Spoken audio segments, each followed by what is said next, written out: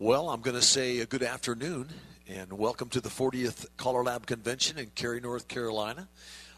Today is Tuesday, March the 26th, 2013, and the name of this session is Music Piracy Q A, or question and answer.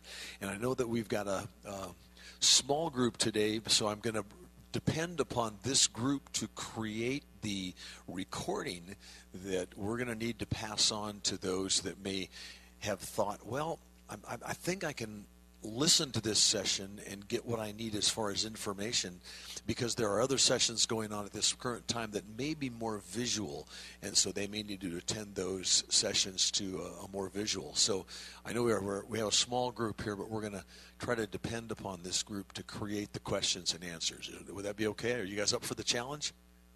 Okay, I think we're up for the challenge. My name is Mike Seastrom. I'm from Los Angeles, California. We have two panelists on our panel this afternoon. One is Mr. Ron Markus. Ron is from Tucson, Arizona, and owner-producer of Desert Gold Records. Our next panelist is Wade Driver from Spring, Texas, owner-producer of Rhythm Records. And we're going to talk a little bit today about music piracy and about proper ways to handle your music, or ethical ways to handle your music. So, gentlemen, why don't I turn it over to Ron? And Ron, do you want to say a few things about music piracy? Listen up. Okay, thank you. Let's see. What I did before the last couple of weeks before I got here is went to the good old internet and found. And I typed in a couple of things. One was copyright law, one was music copyright, one was music piracy. I didn't get as much from music piracy as I did from copyright law and music copyright. And I basically have a whole bunch of handouts, or that not handouts, but these are things I printed out. And one of the first things that came in when I typed in music copyright is a whole raft of websites copyrighting music copyright laws, the U.S. copyright law for music, including public domain information. There's just a whole big long list, probably 15 of them here, and it's a slew of marvelous information on that website. And on that search that came up, just bring up your whatever search engine you use, Bing or searcher you use, Bing or Google or whoever it is, and just type in those couple of things, and you'll get page after page of stuff. And information about BMI, when they started, what they were really put up for, is also available there. You get to Google BMI, and a whole page comes up there. ASCAP is the same way. You can Google ASCAP. You can Google RIAA, which is the Recording Industry Association of America, I think is what it stands for. Is that, yeah, right? Yeah. And that's another organization that trade organization that's set up for policing, if nothing else. I'm sure there's other more lofty ideas that they're put together for. But there's one right after the other. All these different things you can print out, and none of them are long. Most of them are maybe 6 or 8 or 10 pages, and you can kind of peruse through them and pick things out. One of them is called Music Copyright Laws, the Basics. That's what came up there. And there's information there about something called royalty-free music, which is basically, I guess, the same thing as public domain music. And there's a website that you can go to for royalty-free or public domain type. I think the one website is pd.com, and you can go that's public domain is what it stands for. And the other one is Premium Beat, all one word, premiumbeat.com. And there's information on that website about royalty-free music. So this is music that doesn't have a royalty, and it's freely copyable because nobody owns the copyright anymore on that music. Just one right after the other. Registering your copyright, which can be done. You automatically have a copyright when if Wade puts a piece of music together with an arrangement, he owns it. He's the copywriter. If I put a piece of music together with an arranger and some musicians, I own it. It's mine. I can, if I so desire, register it with the Copyright Office. And there's a fee you have to pay, but I think the most of the time that would apply to larger producers, people who are putting out CDs in the millions, like, not Garth Brooks anymore, but Lady Gaga or whoever it is, that sort of thing, putting that kind of thing out. You can copyright it, and it can be registered, or it is copyrighted automatically. You can register your copyright. And you're going to talk about this? Yes. Okay. Well, that's all I've got. I just wanted to let you know that there's lots and lots of information out there. And one question that I had answered when I got digging around in here was, and I found the answer to this one. The question was, supposing the music is not available. Nobody sells it anymore. It's just not available. And you either nobody sells it anymore, or you can't find it anywhere, but you have a friend who's got it. Can you copy it? And the answer is no, because music becomes unavailable for a number of different reasons. I think in our industry, the music becomes unavailable because there's just not enough of an interest after 3 or 4 or 5 or 6 years for a tune that's popular this year, so the interest dwindles away, and you wind up with 50 or 60 records or something for that you have in your inventory that you're not going to be able to sell. But even though there are no records available, it says the law requires, or the law states, that you can't copy it even under those circumstances, because what they say in the law is, which may or may not apply in our case, but what they say in the law is, if you music becomes unavailable for any number of different reasons, simply because they just ran out and don't want to publish anymore, or maybe it was a limited edition in the first place, and they want it to be unavailable because maybe the producer is going to come out with it again in a few years, but it needs to be unavailable for a while to generate some more interest in it. So it's a question I had for a long time. I thought, well, I can't buy this anywhere. Why can't I just use my friend's copy? And that's illegal too. So on that note, I will pass it back. Yeah. Well, hold on.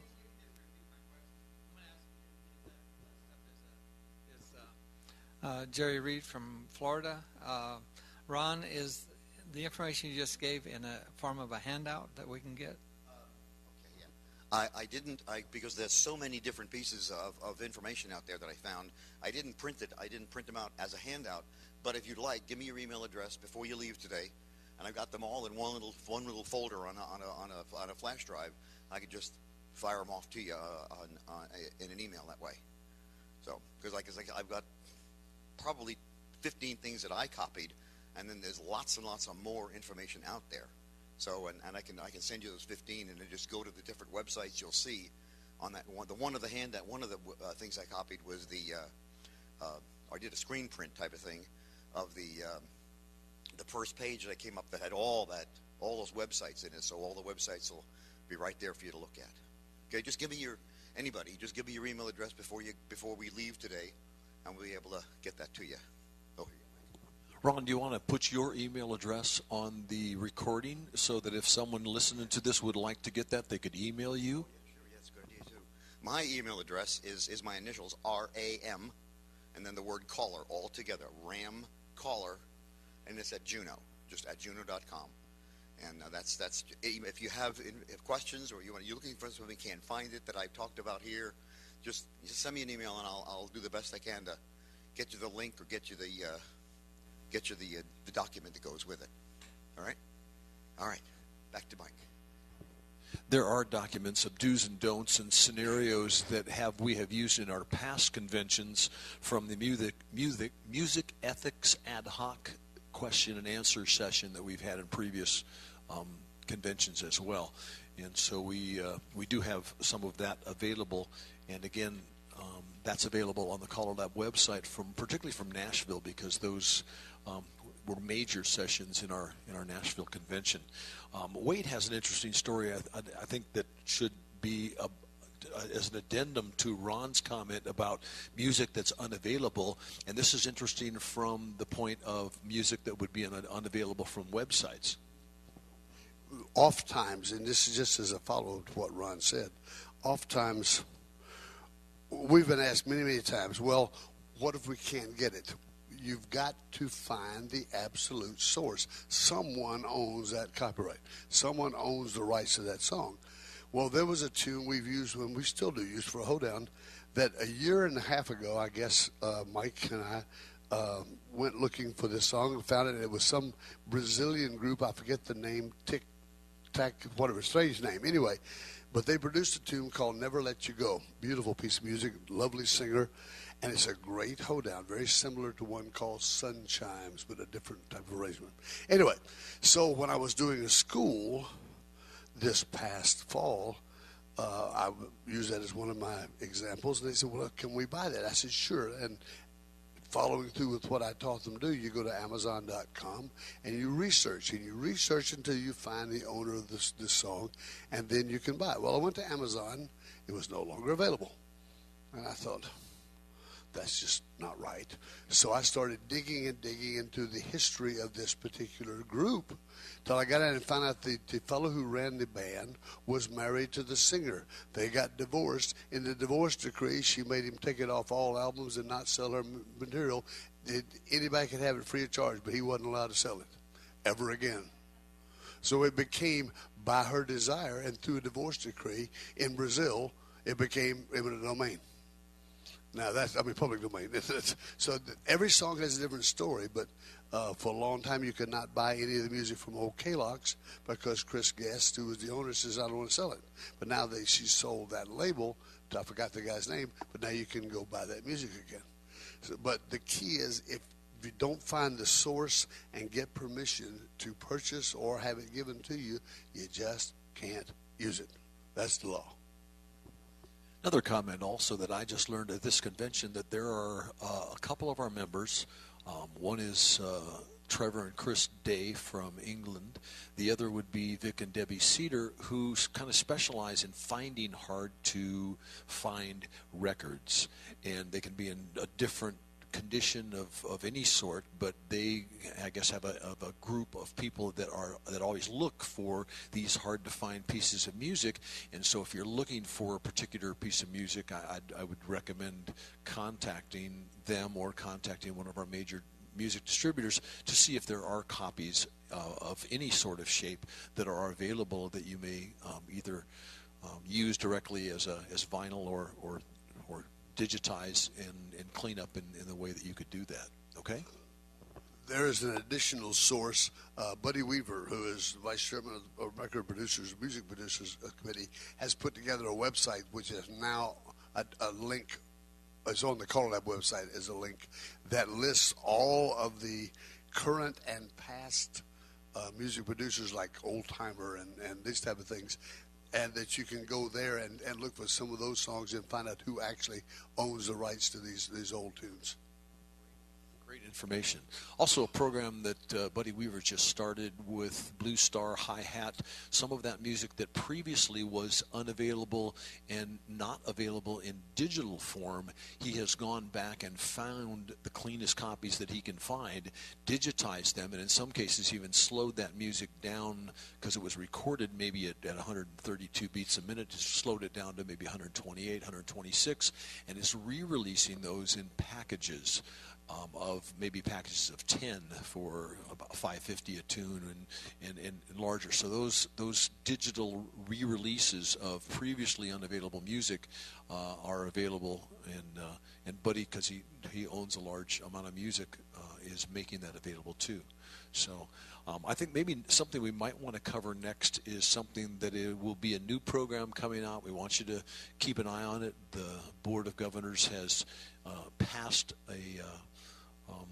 a plan that will be for an independent organization to be formed with specific sites on allowing callers to make the conscious choice of ethically using music and ethically obtaining their music, so that anything that they use in the performance of square dancing or in their music will be legal and have been paid for. So Wade, do you want to review that program called PRIDE, P-R-I-D-E? Yes. The chairman of the committee, in 2009, we encountered situations where it became apparent that we needed to address the issue of copying music and what was correct or what was ethically correct and what was ethically incorrect, and what to do and what not to do. So we began with the chairman of the Music Ethics Ad Hoc Committee, Paul Bristow from England, and myself, with a committee of an additional 14, including Roundness liaisons from Chuck Jaworski and Betty Roy Gata. And we started to investigate this program. It has been a very in-depth, intense, long, complicated process. But we finally come up with this, what we refer to as the Guild of Pride, P.R.I.D.E. Which is Professional Recorded Instrumental Digital Entertainers. And the whole point of this is that the law says if you haven't bought it and you don't own it, you can't sell it, you can't share it, you can't give it away, and you can't use it. And that's just in black and white. And we've heard over the last 4 years so many, well, what if? And what if? Bottom line, if you don't own it, you can't use it. And there's no way around that. So, legally, we cannot be our lawyers. We even have on our new pamphlet, which you'll see in a few months, that says this document is not intended to attempt to explain the laws of copyright. If you want to understand that, go online to those websites that Ron just mentioned, look them up and read them. Or hire an attorney, which you probably need because the wording is unbelievably difficult. But our pamphlet and our entity which we're establishing is based on honor, ethics, and integrity. And to correct defaulters, we're relying on peer pressure, face-to-face peer pressure.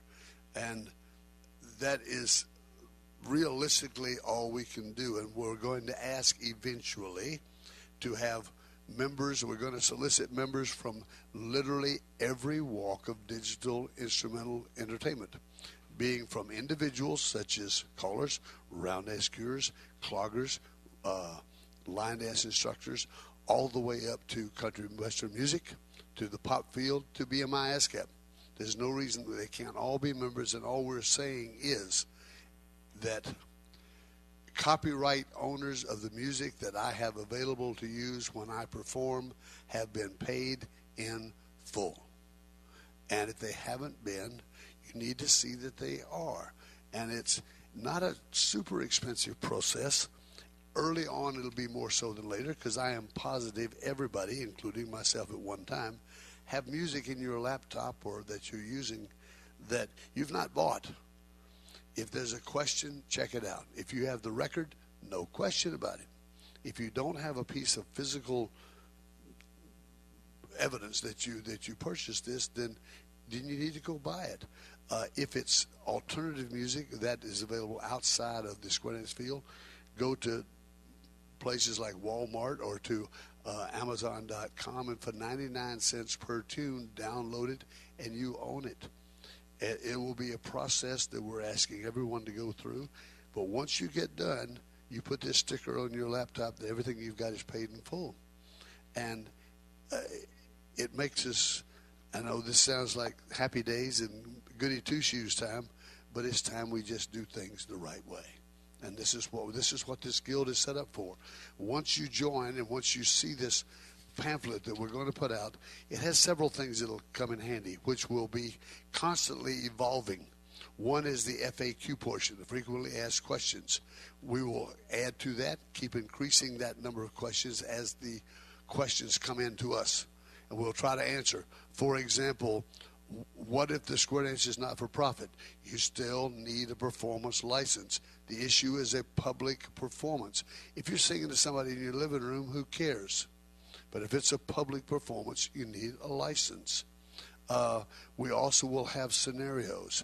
Scenarios because if you, for example, put yourself in a position of you're a new caller, you're trying to learn, and a very high-power, high-profile caller comes up to you and says, oh, I like that piece of music you used. Give me a copy of that. We would like to provide you with some way of delicately, tactfully answering that person, say, I'm sorry, it's just the wrong thing to do. because that's very difficult. And we hope to give you the armament and the power to be able to politely and tactfully say no, because it's wrong.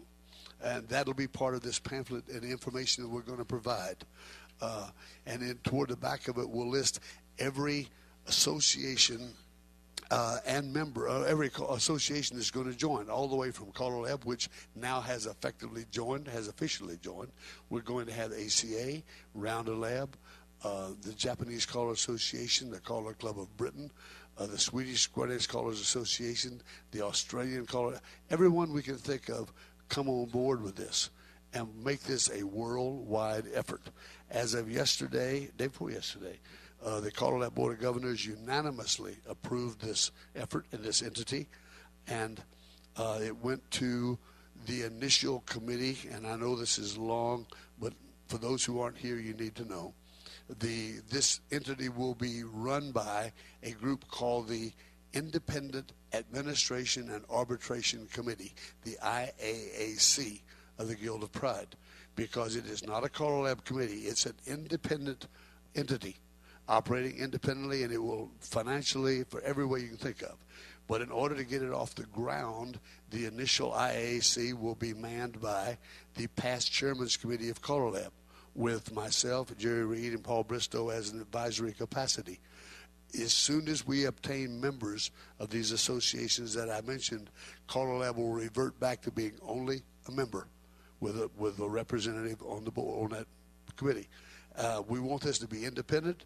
We want the representatives not to represent necessarily their contingency, but everybody in their area. If it's from the Caller Club of Britain, that representative is not representing that Caller Club. He's representing all dancing in Great Britain, and so on down the line.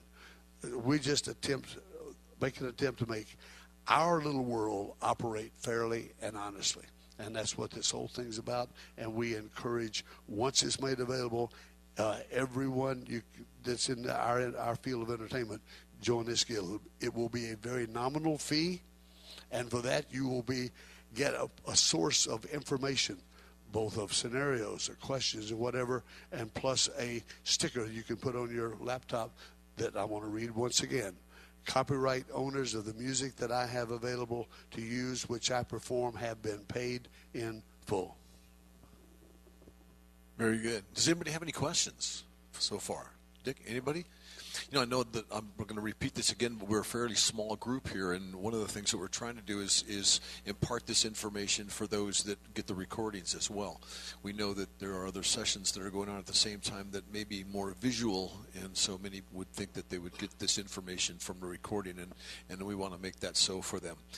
There's some simple do's and don'ts that we probably ought to discuss, and then if there's questions regarding those, we can go ahead and include those. One of them is simple. Can I make a backup copy of purchased music, of music that you've purchased yourself? And the answer is yes, as long as it's for your own personal use only. You may have a backup copy, and probably should have a backup copy stored someplace else, or stored in the cloud, or wherever you would store your backup copy, so if something happens to your computer, you should have a backup copy of your music. Can I place copies of purchased music on my laptop? The answer is yes, you can. It's your purchased music. It's for your use. You can put that music on your laptop. Is it okay to purchase a CD and rip the music onto my computer? Absolutely, yes, as long as it's for your personal use only. Can I digitize my copy of a 45 RPM record? And the answer again is yes. You've purchased that.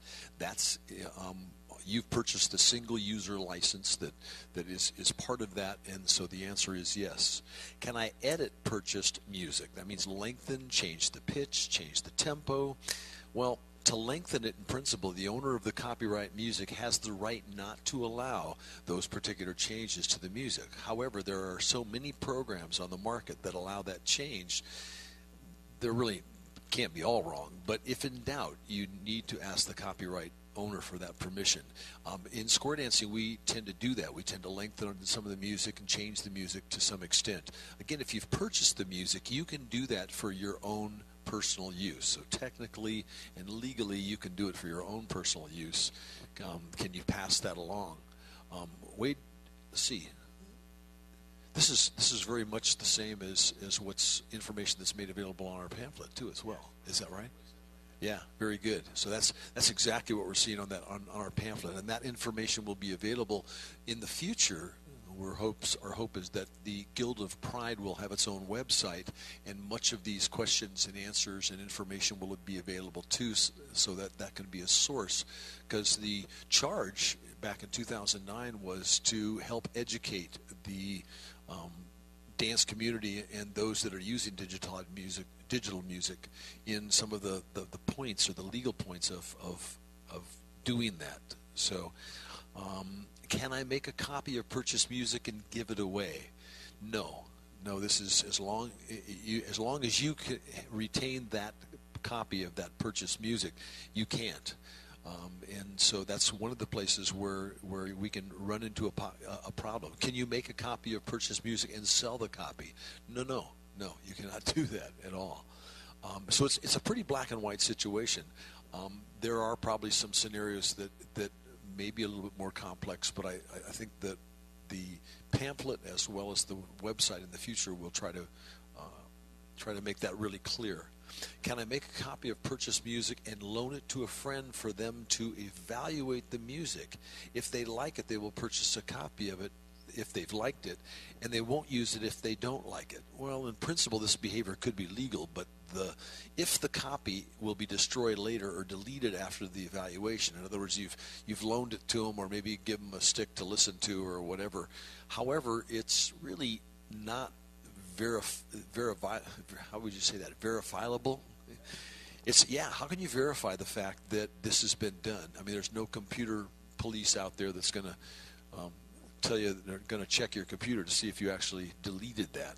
So if the owner of the copyright music allows the evaluation first, then maybe it would be okay. Many times you'll see snippets of music on the website that allow you to evaluate a piece of music without having the whole piece of music. I think also there's been even music that would sample out that have little beeps and chirps and stuff like that in it that kind of make it unusual, or at least the desire to use it is not that great. So, but the bottom line is that those samples are available. You can listen to them. In principle, the loaning a full copy to someone is really questionable, and probably not all that legal. I purchased a song that I can no longer use or want. Can I sell or give that copy away? Yes, as long as you don't retain a copy in any form for your own files. So that's just to further explain that do's and don'ts. I purchased a retired caller's equipment, and it came with a laptop full of music. Can I use this music? Wade, what would you say to that?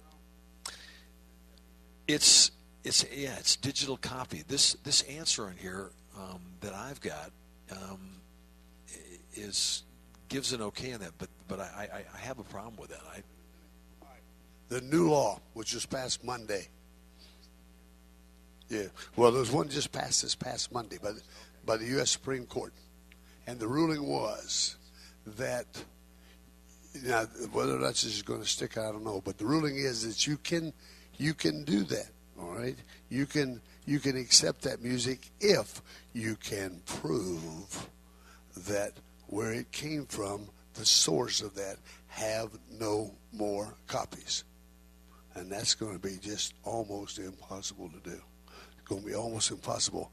And if you can't prove that the source of that music has no more copies, then you're okay. But just as an example, I have all of my music on 4 desktops, 2 laptops, 2 sticks, and 1 set of CDs. It's in my safe deposit box at my work. You know, I can have and even if I delete it from my computer, it's still there. That hard drive never goes away unless you go burn it. It's there as long as the computer exists. So, I've got to say no. There seems to be if you read some of these things in this pamphlet, there will appear to be a conflict. For instance, the one says if you buy a song and you don't use it, you give it away. But if you have this one says if you get a bunch of retired caller stuff and you get his laptop and he or she has MP3s on their laptop for playing, then you can't use them. Why can you use a record, or can you give away a record you can't give away an MP3? The reason is, if you look at on the previous page, it talks about the transfer of ownership of downloaded digital computer files. Inquiries have shown that many countries expressly forbid the resale, i.e. transfer of ownership. And a lot of times in the laws, they talk about transfer. They don't talk about sale or giveaway. They talk about the transfer of ownership. And that could be with or without consideration, i.e. money. But anyhow, they talk about transfer, meaning the passing from you to somebody else. Expressly forbids the resale of any downloaded digital computer files, MP3, as they are sold to an individual or a single user under a licensed basis. In other words, this is if these MP3s were originally sold to the man or woman who is now the retired caller, so they were sold to him. No such transfer and subsequent deletion by the vendor is verifiable, and that's the reason. Back to this verification business. How is anybody going to say, oh yeah, I know that he blitzed away all of his backup copies and he didn't give a backup copy to 3 other people? There's just no way to verify it. So unfortunately, although it's something that happens a lot, people retire and they'll give away records. That's okay, but to give away MP3s, it's not okay. Understand that the sale, and this is for the people listening to this tape, when you purchase digital music, you're not purchasing a product. You're purchasing a license to use an intangible thing. All you're purchasing is a license to use that for your lifetime, and not for anybody else or anybody else's, and your license expires with you. When you retire, your license expires with you. When you pass away, your license expires with you. And it goes back to the original premise. If you didn't buy it, you can't use it. Now, for many, many years, a caller would pass away or a caller would retire and give his vinyl away. And that's okay. That's okay.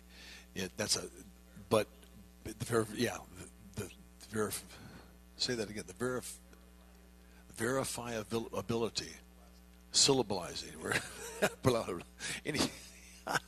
very, very strict. That's right. I know. Isn't it amazing? It's amazing. But I'm thinking that it's the digital nature of that music that where you draw the line. I know early on we talked about the fact that if you own a record and you want a digital version of it, and can a friend who already has digitized his record or purchased the MP3 version give or sell me a copy? I'm going to read that again. I own a record and I want a digital version of it. A friend of mine has already digitized the record, from his or purchased the MP3 version. Can he sell or give me a copy? That is a really seriously gray area, all right? And theoretically it says no, all right? But it says no. But at the same time, if what you're supposed to do, if he owns the record, is I'm supposed to go help him and show him how to digitize it, all right? And so, but if you do it as an agent now, if I come over and say, all right, you come over, and I'm going to show you, and I'm going to show you how, and you digitize your music. And when we get done, you're going to pay me $5 for showing you how. If I do it for you and I give you that piece of music, it's essentially the same thing. So it's a real gray area. Is that all I can do is give. We're not a legal entity, so from my specific point of view, I don't have a problem with it, and that's just the way I feel. But you show me your record. If you have the record and I already have a digital copy, I don't have a problem selling, giving, or whatever you a copy of this, because I have done the digital. I did the work. I'm not selling you that music. I'm selling you my work. That's the way I look at it. But legally, no, you can't. At least according to the law, it's very black and white. So, but you think about it. Back in the old days, we've already been violating this law because I've got a record. I ran it off on tape. Gave it to you, and you can go use tape to call it. That was just as illegal as all get out, because I gave you that tape instead of and I own the record, but you don't. I just gave you the tape, let you go call it. So we've been doing this for a long time. It's just, and the answers we have to give are not popular. People, particularly callers, don't like to hear the word no, but that's just the way it is. So now what I do, I would be real honest. I am no longer giving away nor selling digital copies of what I have that I did not produce. In other words, if I have a Chicago country tune and I've digitized mine, I'm just not giving it away because I don't think I have the right to. But on mine, I own the rights to mine. So if I want to digitize it and sell that digital copy, I can do that.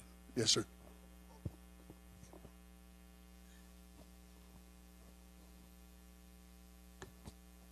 Two things. I'll start with the first one. So based on what you were just saying, specifically to the record producers, now you now produce some music that is only available in MP3 form. You can no longer comp anybody. But what proof do I have that you gave it to me?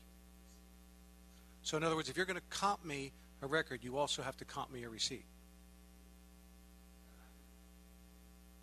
Oh, yeah. That's a good question, because there are complimentary copies of music given, and I get complimentary copies of Square Dance music, and I don't necessarily get a receipt. You do, and here's why. The law now says that email contracts are legal. So when I send it out, I've got 152 plus, I think I got 18 comps I send, because I do like to my staff, whatever. But I send out, and I put a separate email. Here's your staff copies of these records. That email goes in your file, and that's basically proof that it was given to you by the producer. If I don't send you an email with it, and since I send everything by email, now, do occasionally I have one of my staff members, if you heard the latest, I put a stick in there, I ought to give them a piece of paper if I'm going to be totally legal, if I'm going to be down with the thing. And I need to be more careful of that now, and I'm glad you brought it up, because I should give them an email confirmation of this is a comp record for you. You're right. But once I do that, then I become legal, because they have proof that it was given to them. That's a great question, Roy, because I have not saved my email copies, and I certainly could do that. Yes. This one, I pretty much think I know the answer, but it probably should be on this anyway. This involves round dance leaders, and they're in a teaching situation, educational situation. They're hired to teach certain things, and so they teach a round dance, and they taught the dance. They purchase their own music, but then they are at the particular where they've done the teaching, and they're handing out copies of their teach with their vocal cues over top. So in other words, and let's assume that for a minute here it's not a stereo recording. So they have the music, it was a teaching situation, and now they're giving it to the dancers so that they can practice what they've learned. The music itself cannot be used by another cuer because the vocal cues are already over it and stuff like that. Where does that fall?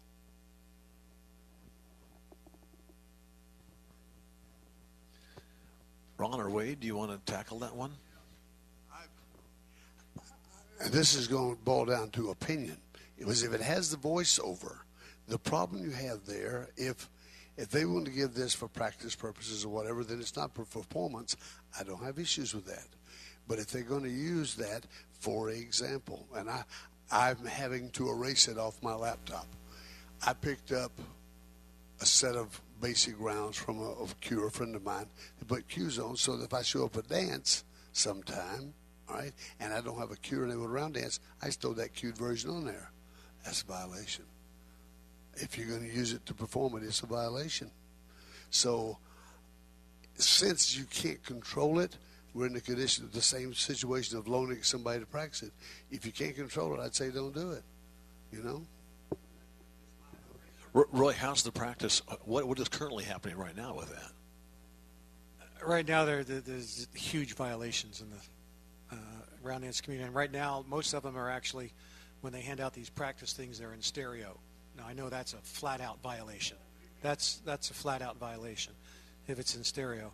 I confronted a leader, and they had, say, 15 copies, and they said, yeah, but I and they were music that was downloadable. And I said, well, I downloaded 15 copies, and I have receipts for all 15 copies that I downloaded, and now I'm giving away. And I said, that's still not legal, I think, of the way I read the copyright thing, because you can't, in other words, I can go into a record store, buy 2 CDs, and give you one as a present. But I can't download 2 songs, burn one on a CD, and then give it to you. Though that's the way I read the law.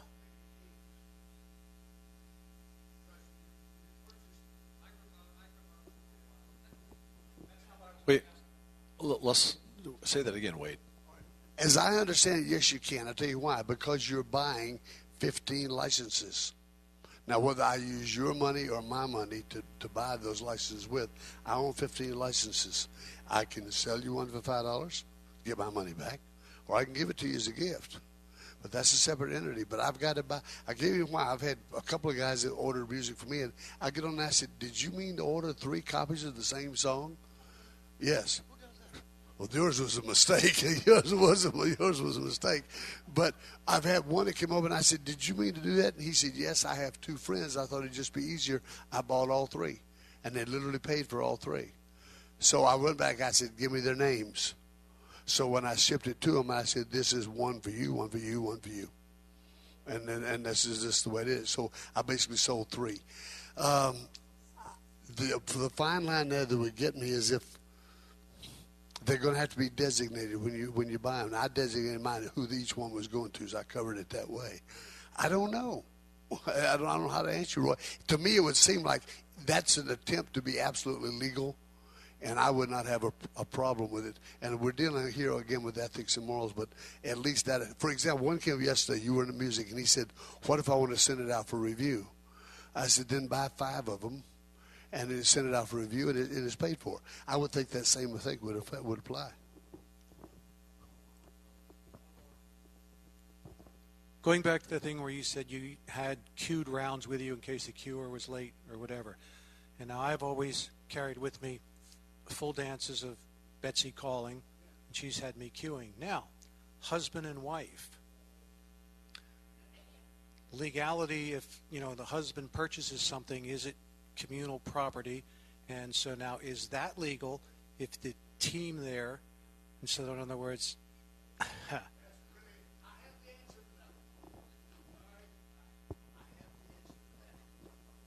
I have the answer to that because I'd looked that one up, as in Tony and Tennille, or the captain and Tennille, and Tony and Orlando and Don. That's a show. You and Betsy are a show. So, yes, you can do that. Now, you can't go put a show over there and her over here. Oh, no, that don't work there. Then you got 2 shows. But together, yes. Yes, that one I did look up. Because that's, you telling me that if I've got the Beach Boys, each one of them got to have a license to that song? I don't think so. No, that's an entity. And if you do it, if you put on a show as an entity, no, you're good. There's definitely difference in law when it comes to record or vinyl copies of and owning that single user license. And when you start digitizing, then we get into the area of the transfer. That's critical. Yeah, definitely. Ron, did you have anything to add to that? I think and to expand on the answer possibly of Wade's answer to your question about the round dance queuer giving away copies of the queued record that he bought. One of the things it talks about in Chapter 11, as it says here, the law, and again, none of us are lawyers, and if you really have a question, then you gotta have to go and speak with a lawyer. But it says unauthorized act are the acts of distributing or offer to distribute, sell or offer to sell, rent or offer to rent, or traffics. And traffic means any transport, transfer of any kind of music without compensation to the original copyright owner. So in this case, you've got a possible violation, because if he buys one, puts his cues on it, or she puts her cues on the other track and gives that away, they weren't copyrighted. They weren't, the original owner of the copyright of the original piece of music was not compensated for all the music purchased. Now, if the guy goes and he buys 5 or 10 or 15 or 20 of them, then that's like Wade was saying, that's a different story. But they use some very broad, that's why it's so difficult to really tie these things down, because all these laws and rules use such very broad terms: traffic in, transport of. Well, and then they define traffic. They define, somewhere else I'm sure they define transport, and they define traffic as transport, transfer, or dispose of. That's what transport or what traffic means, among other things. So it's tough. Understand, please, particularly for those of you listening, we are not a legal entity. We're not a legal body. We are dealing in morality, ethics, and integrity. And so there are going to be gray areas, and that's the way you have to approach it. And I have to approach the thing that Roy just brought up. And if you are indeed using these to go home to practice whatever, with the intent, that is not an intent to defraud anybody out of the money. And I think that's what. And if I want to, for example, have it and bring a bunch of people over to my house to practice doing a dance, I'm not violating those laws. And I think in many cases we have to look at what's the intent. Let's face it, we're going to take out of their pocket 1 penny per every song. So we're not going to cause them to go broke. It's just a matter of what's right and wrong. And sometimes you just have to look in the mirror and say, am I doing this right, or am I cheating somebody? You know, and the answer's got to be yes or no. Jerry, you have a comment? Jerry Reed, Florida again. I guess I'm kind of confused of when we talk about the compensation. Like if a person buys an MP3 file, pays for it through Amazon or through one of the producers, then that compensation is paid. Now, let's say that that person then takes that MP3 file and gives it to somebody else. Is that somebody else also obligated to pay the producer again? So, in fact, at some point down the road, a producer might receive 15, 20, 30 payments of $6, $7 a piece for that one MP3 file. That doesn't. Wait a second. Hang on. Let's get this done. The law says that if I own an MP3 and I give it to you and I erase it from my computer, you do not have to pay for it. All right? But if I keep it and give it to you, oh, yes, sir. That's the difference. Okay. The problem is being able to verify. Did you erase that from your computer? And when I erase it, you become a first time. I'm sorry. The law is first time use. If I give it to you and I erase mine, you become the first time user. And it's on down the line. But it's incumbent upon you to erase it from yours when you give it away. If you do, then that new owner becomes a first time user. That's the way the law reads.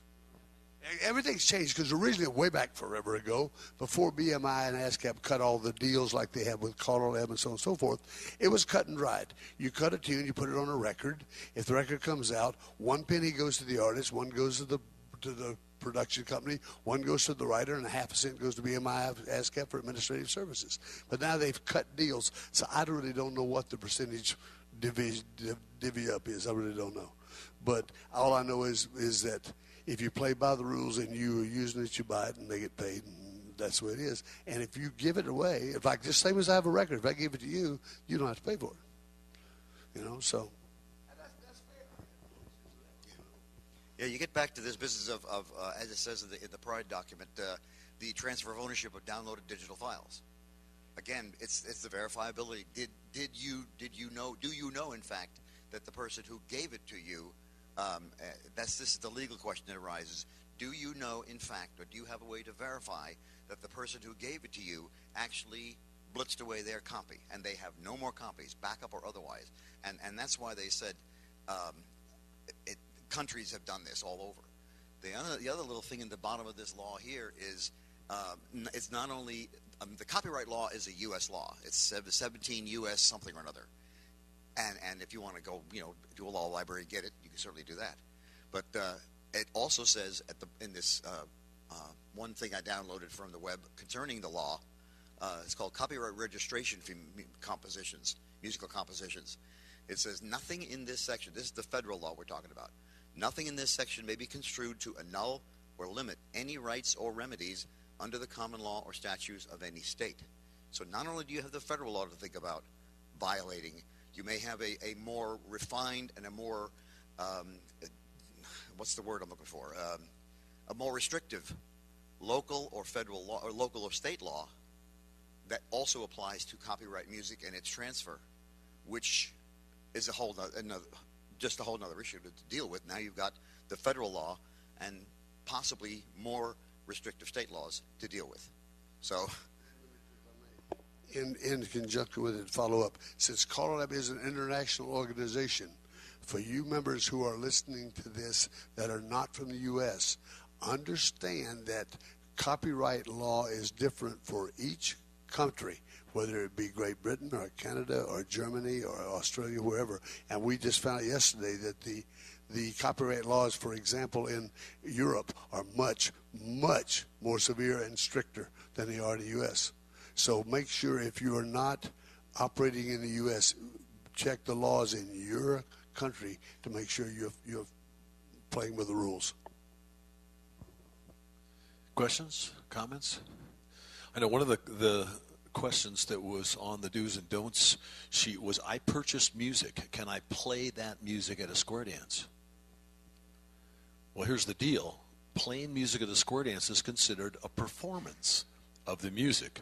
And in the United States, at least, you need a license from the copyright holder or the agency that represents the copyright holder to do so. So CALLERLAB members are licensed to perform music, licensed by BMI and NASCAP at square dances. So if you have a license to use the music, then yes, almost every country, as Wade had just said, has something comparable to BMI and NASCAP.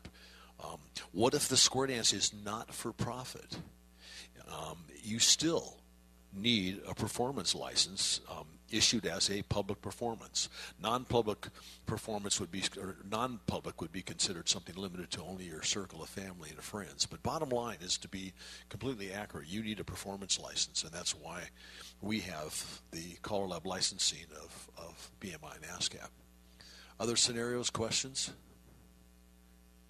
Here's a scenario I'm just going to present to my panelists here. All right, caller A has a computer but has little or no knowledge about how to upload that or download that music. So caller A asks caller B if he will take his flash drive and put the music on the computer for him. Well, caller B says, sure, let me take it back to my room and I'll do it over lunch. So during the lunch break, while downloading the music, on caller A's laptop, caller B sees the newest album by Sting Records. Caller B makes a decision to put his new music on his own computer, figuring that no one will ever know the difference. Can caller A back his laptop and flash drive? He gives caller A back his laptop and flash drive. Caller A has no knowledge of the actions of caller B. What is caller B guilty of?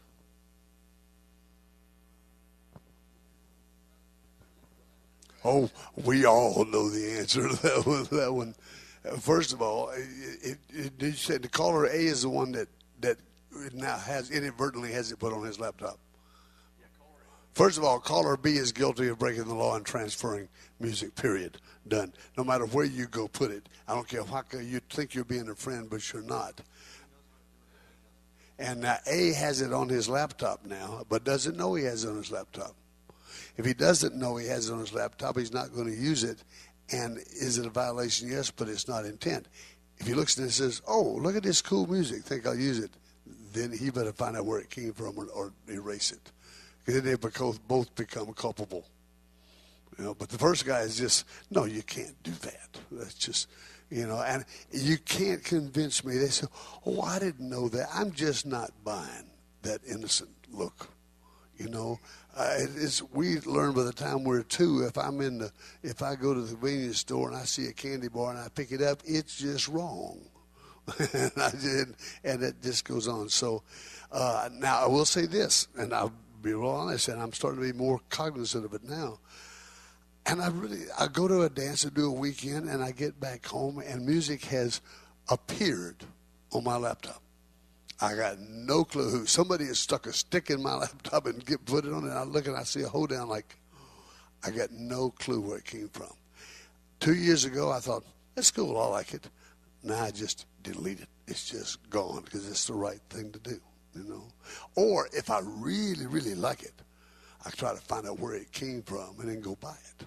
You know, it's what at my caller schools I have called a 99-cent solution. For 99 cents, you can buy any piece of music anywhere in the world, anytime. Maybe $1.06. Some of them have gone up to like, 7 cents. But if it's not produced by a square dance producer, you can go on Amazon.com, Walmart, somewhere, and just buy whatever you want. Just spend the $1. It's not the end of the world, But my take on what you said is that they're both wrong. But if the one guy, obviously, if you don't know you have it, I don't know what you can do about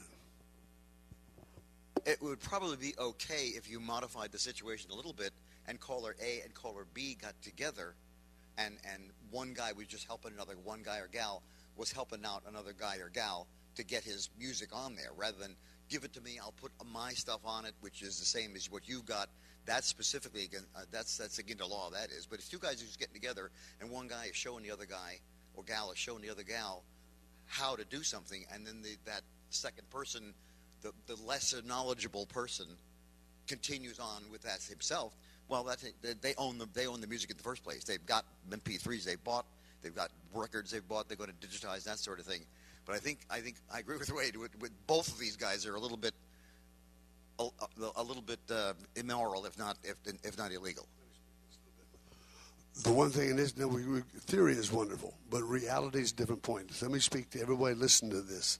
The biggest place I can see where this is going to be violated is that we do it quite often. One guy says, "Hey, I own all those records, but I don't want to digitize. Give me your digitized copies."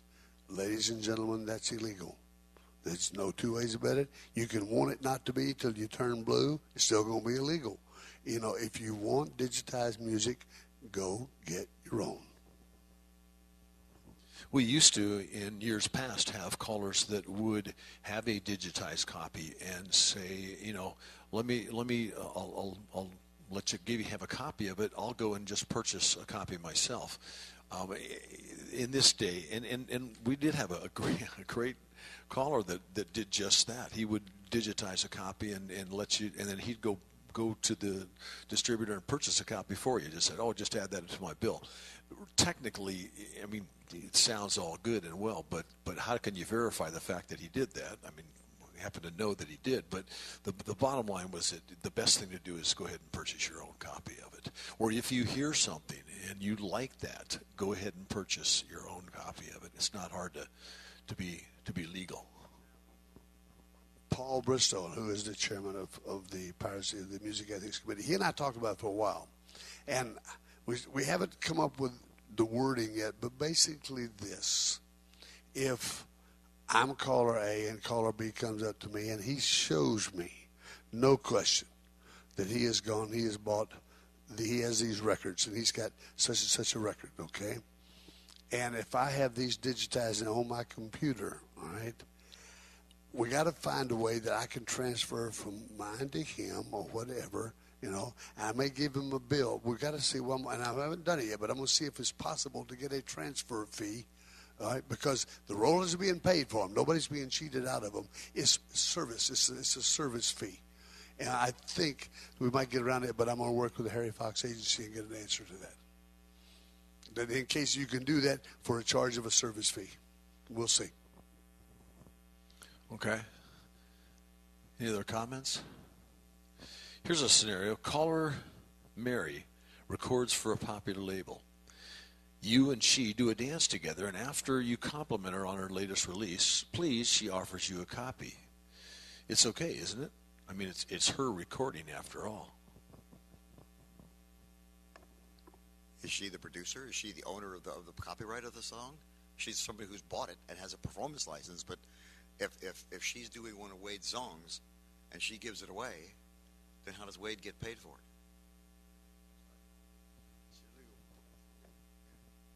Yes, it is. It is illegal, and it's wrong. Yeah, doesn't. Go ahead, Jerry. How about if Mary is the artist and has received a complimentary copy from the producer?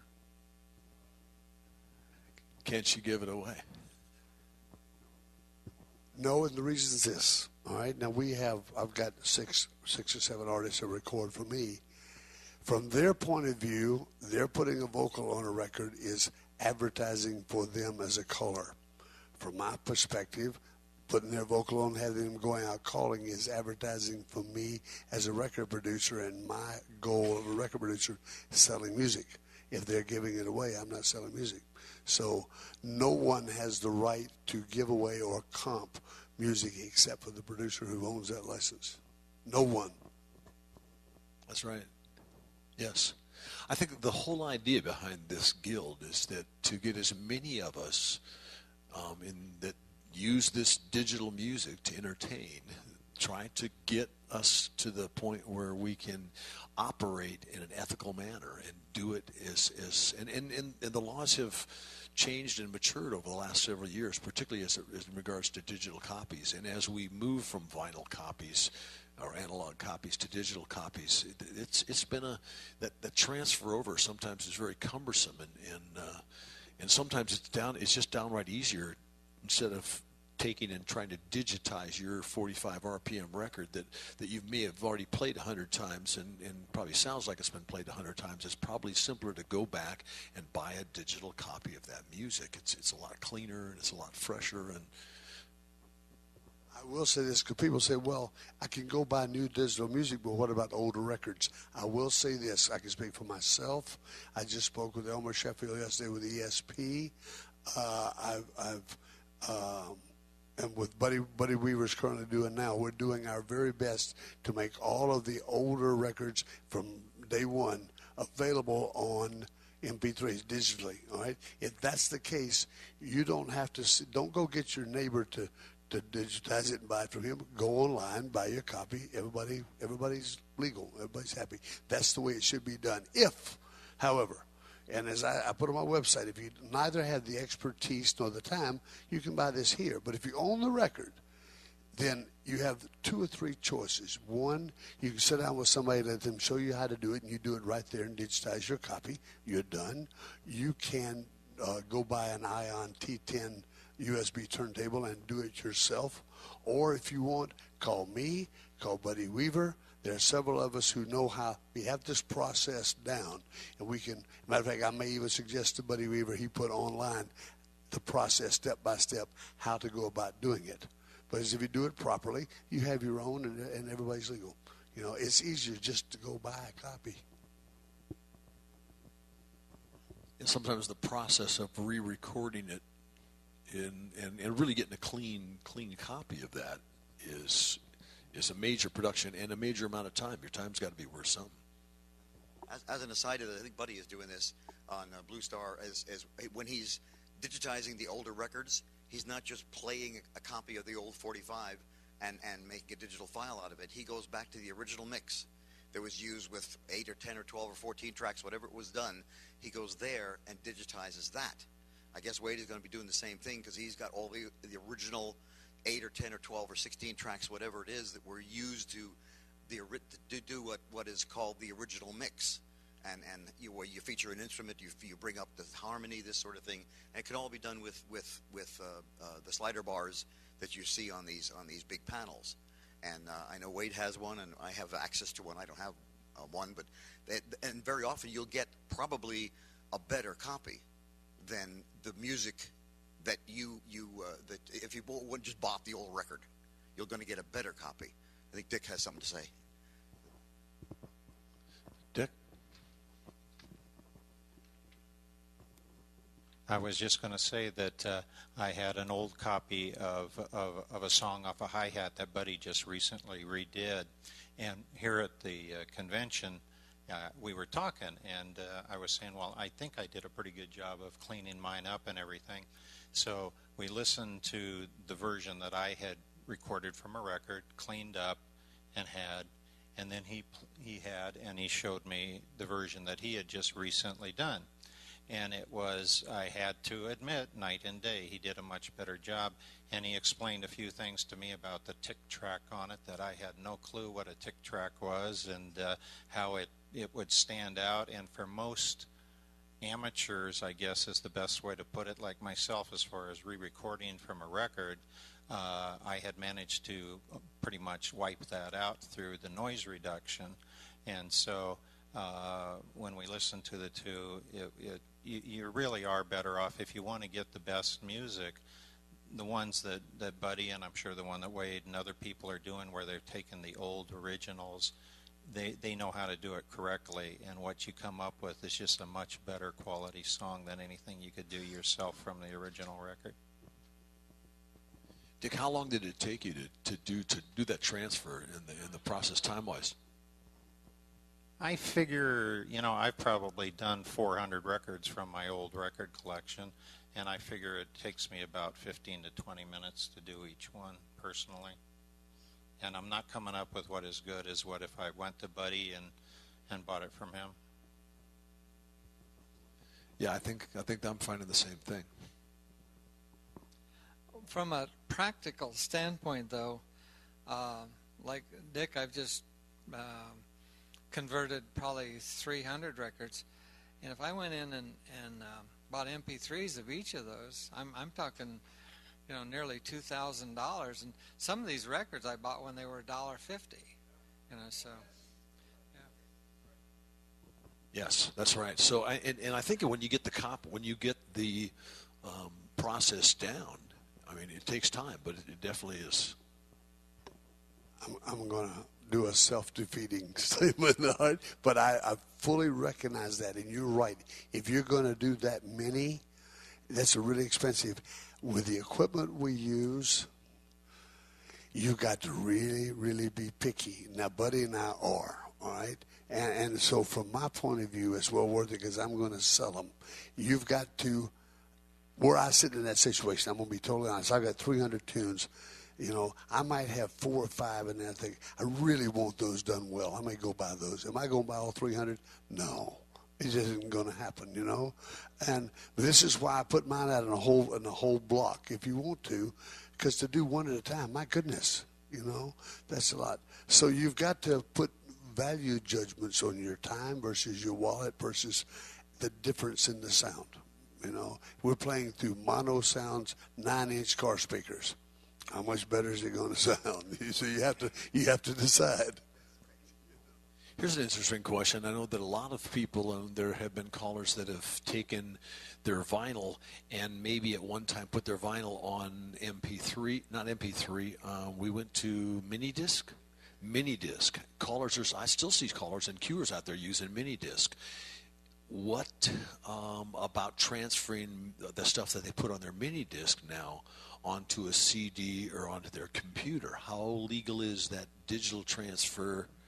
From, I guess if you own it and you've done it, you've owned the record technically. Although there's some gray area again. I think in copyright music when you transfer that digital file, and I think you're right. Wade's comment was as long as it's in house. But I think we need to be real careful. And of course the idea behind the Guild, bottom line, is to try to provide an education.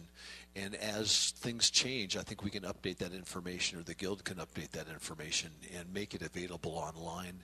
And so I'm excited about this Guild. I think it's a step in the right direction for callers, for CALLERLAB to be more professional in our members be more professional in the use of its music, and hopefully we'll be able to get the American Callers Association, Roundelab, and others to get on board. It's a voluntary thing, but I think there's a feeling that if you belong to this guild and you are asked to, hey, by the way, can I have a copy of that music?